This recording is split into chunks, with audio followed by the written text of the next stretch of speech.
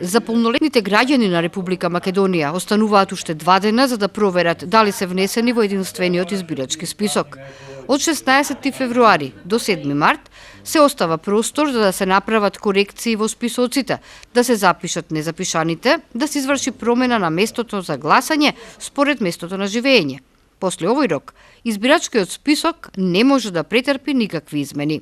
Доколку при увидот утврдат дека нивните податоци не се точни, дека не се запишани во избирачкиот список или не се распоредени на соодветно избирачко место, тие можат да поднесат барање до подрачното одделение на Државната изборна комисија, кое со решение ќе ги исправа сите тие грешки. Тука значајно е граѓаните да знаат дека сите тие кои извадиле лични карти до 1.2.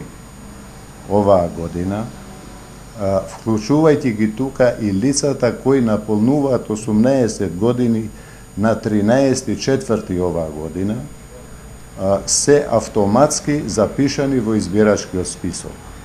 Додека сите тие кои немале извадено лична карта до 1.2, туку личните карти ги извадиле од 2.2. до 7 март оваа година, тие не се запишани во избирачкиот список и тие, доколку сакаат да гласат на овие избори, ќе треба да се јават во подрачното одделение на Државната изборна комисија, да поднесуваат барање и да бидат внесени во избирачкиот список. Додека сите тие кои ќе извадат лични карти после 7 март, кога и завршува јавниот увид во избирачкиот список, не ќе можат да гласаат на овие избори. Според информациите од Канцеларијата на Државната изборна комисија во Тетово, во изминативе 20 на дена над 5000 граѓани извршиле увид во единствениот избирачки список. Најголема заинтересираност досега пројавиле тетовци 3180.